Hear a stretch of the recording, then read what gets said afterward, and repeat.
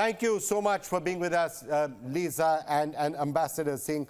Lisa, let me start by asking you this, because I remember meeting you in Washington, D.C. just after the Canadian accusations were actually made. Now this indictment has been published. How do you see this? Where do you think this is going to go from here? Well, I think this is a challenge to the U.S.-India relationship. I think that both countries will be motivated to try to move past it, to find some kind of diplomatic solution, given the high stakes in the U.S.-India relationship. I mean, Washington and New Delhi both view China as the major challenge, the #1 threat, and they recognize they need each other to manage that threat.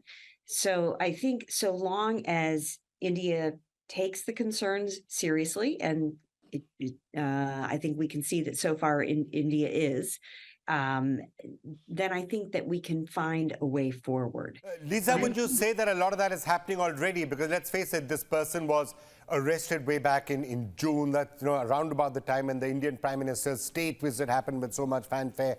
G20 happened. The 2+2 is proceeding. So clearly, India and the US at least seem to be indicating that the relationship is proceeding and proceeding reasonably smoothly despite these allegations and charges.